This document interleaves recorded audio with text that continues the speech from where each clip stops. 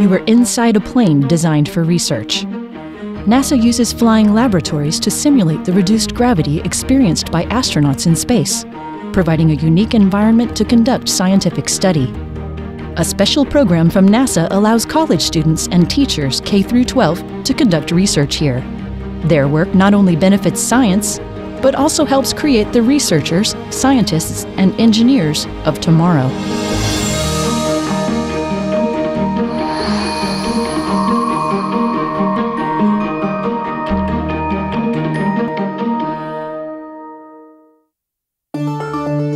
I think the biggest thing that maybe some of the students don't appreciate, and we tell them right off the bat, is as soon as they walk through that gate, we consider them researchers, no longer students. And then when they're here, they're in the hangar, and you can just feel this kind of intense excitement that's going around the students, which is really fun. Like when you hear oh, I'm going to do this with NASA, everyone's reaction's like, oh my gosh, what are you doing? Everyone's instantly interested. It's an engaging program where students spend 6 to 9 months building, testing, developing these experiments, and then, oh, by the way, they get to experience reduced gravity with the experiments. Working with NASA is kind of a dream come true. Growing up, NASA was, kind of the smartest people around. The process that leads up to a flight at NASA, there's a lot of different requirements that NASA has for these schools that they have to follow. Well, we actually saw a poster hanging in our physics department, and we approached our advisor and we're like, we really want to do this, so we created a proposal, submitted it, and here we are.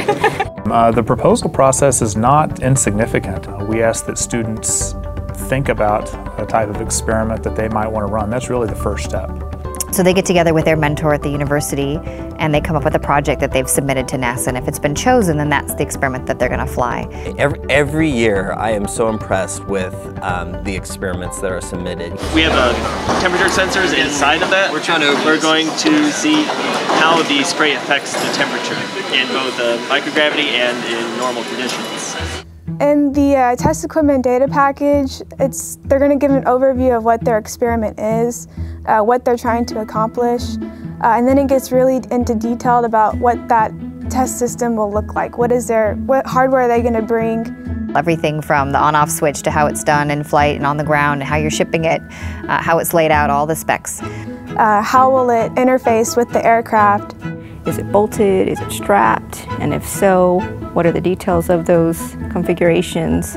What are the minimum torque requirements? What frictional force can each of those types of fasteners and brackets and joints withstand? Oh, sure, there's lots. It's what makes it fun and interesting.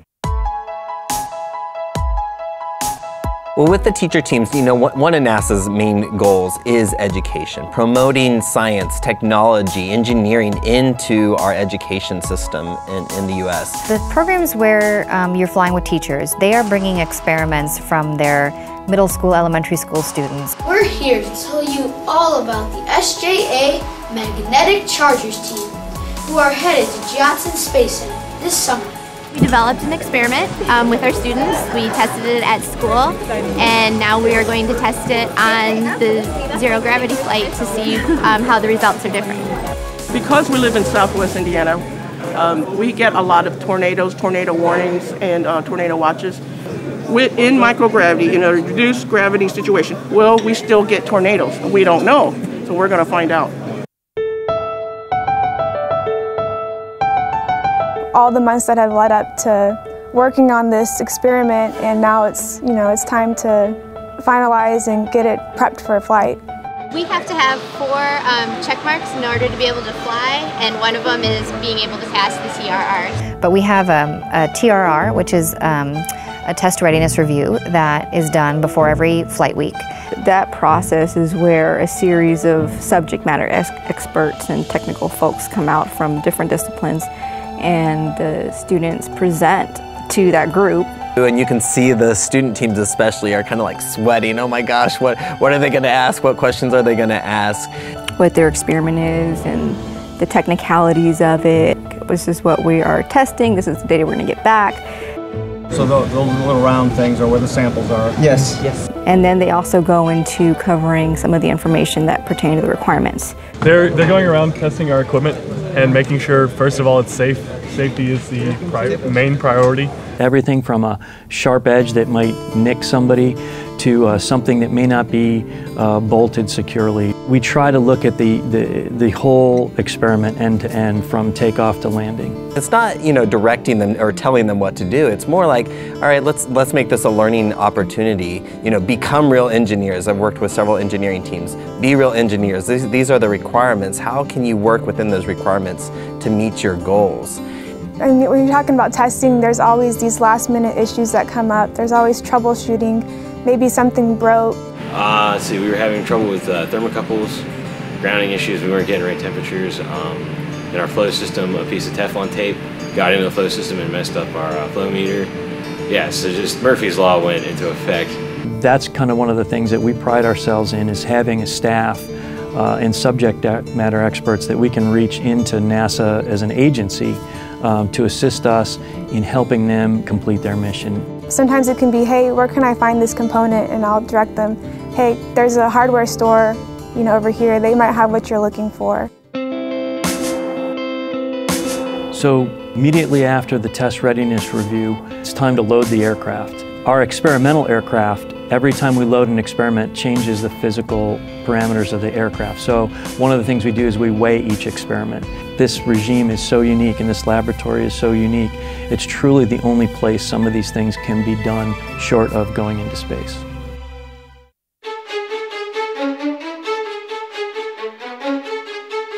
Flight day is like game day. It's early in the morning and everyone is excited and there's an electricity in the building. I think it's one of the most exciting moments in my life because everything I've worked for up to now has been leading up to this, and then today is it. This is it today.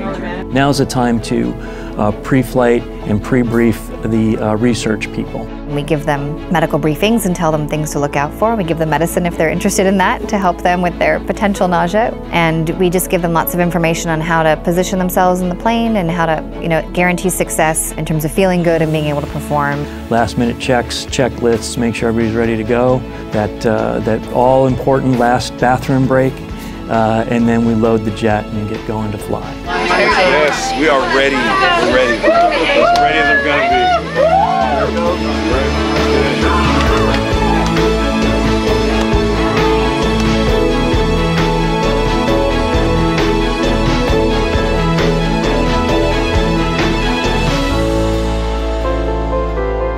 And then when we line up to go out to the plane and take that final wave, and get up on the board, you can't contain the excitement. People are just overjoyed. I'm so excited! Let's fly! My job is essentially a laboratory facility manager. My laboratory just happens to fly. So our aircraft, what we do is we'll pull up at near maximum airspeed to 45 to 52 degrees nose high. We're really pulling up very steeply. Very similar to throwing a baseball up in the air, we fly a ballistic trajectory, an arc. So as the aircraft pitches over, it's like tossing that ball in the air, and then the aircraft will actually chase us around as it goes over. So we're in free fall and the airplane is actually flying around us. It's the same free fall that you would experience if you were in low Earth orbit on the space station. I also think one of the coolest things to do is to see their expression on the first time the aircraft, noses over, and we get that first zero-G experience. Oh my God! And then all of a sudden that pressure lightens and your whole body starts to lift and the hair starts to go and you start to feel like your limbs are floating up.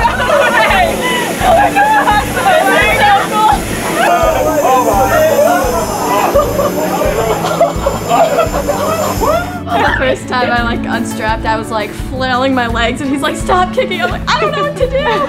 Yeah, talk about a dynamic environment to do some research in. So, I was turning these dials and lo and behold, I didn't even notice, but my body's drifting the other direction. Suddenly my feet are in the air. They're in the air, and I'm not even aware of it because I'm so focused on turning these dials and I'm going every which way. So when you drop a pin, you look down to the ground. In 0G, when you drop a pin,